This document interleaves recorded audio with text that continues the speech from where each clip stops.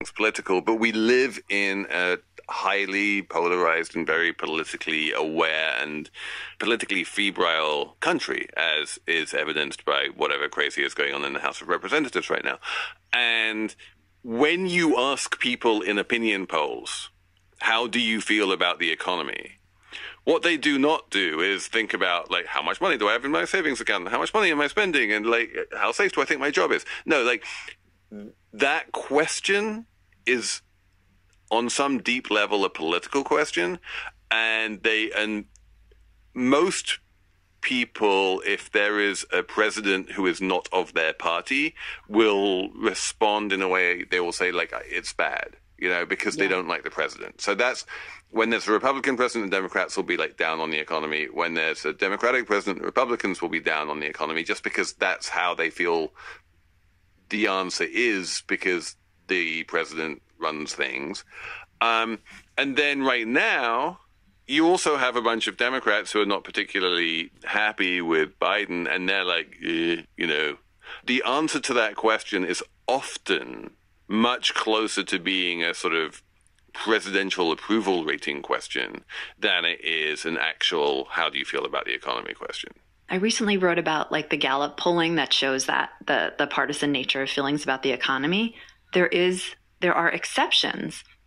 For example, during 2008, when the economy was no question in crisis and there was a recession, there was bipartisan agreement that the economy was bad. So, and there was another time too, when the economy is genuinely bad, like no question, like the thing is on fire, people shed those partisan slants, which I thought was interesting. Definitely, when the economy is clearly bad, everyone's like, the economy is clearly bad. Well, I guess what I'm saying is it's very rare to find a time when the economy is good and the broad population can agree on a bipartisan basis that the economy is good. Yeah, some of it, too, is about the way that people think about the parties as brands. And the overall sentiment is that Democrats are worse than the economy because of our social policies. But by all the measures that most voters say that they care about, Democrats are actually better. We have lower deficits and so on.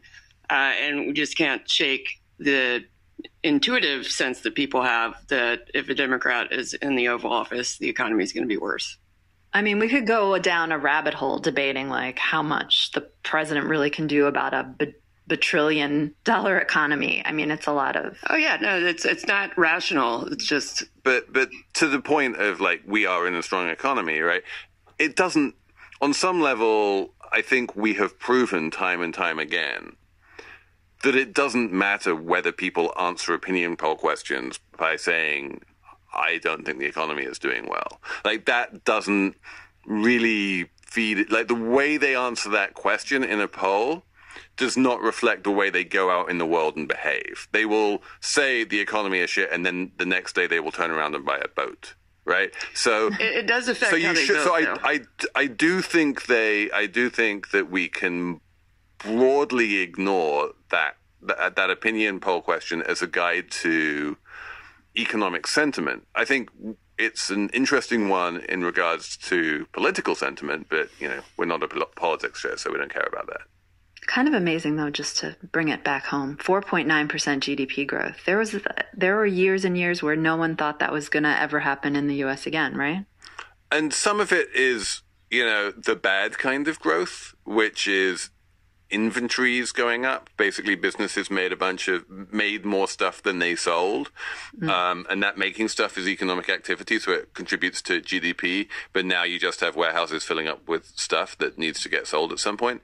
But even if you strip out that inventory bit, we still had very healthy growth in the third quarter. One of the, again, God, I hate myself for doing this, but one of the tropes that seems to be bubbling along underneath all of the talk of GDP growth is this idea of, well, we're going to have a recession eventually, and all we're doing is we're pushing off the inevitable recession, and and then a bunch of people, on the left in particular, are like, yikes, what happens if the inevitable recession happens right before the presidential election? That would be bad.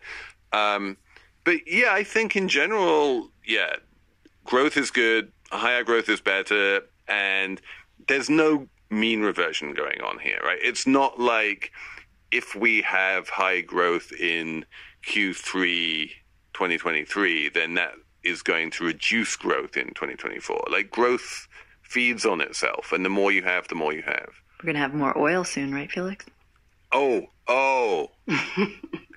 Emily Peck, was that a segue?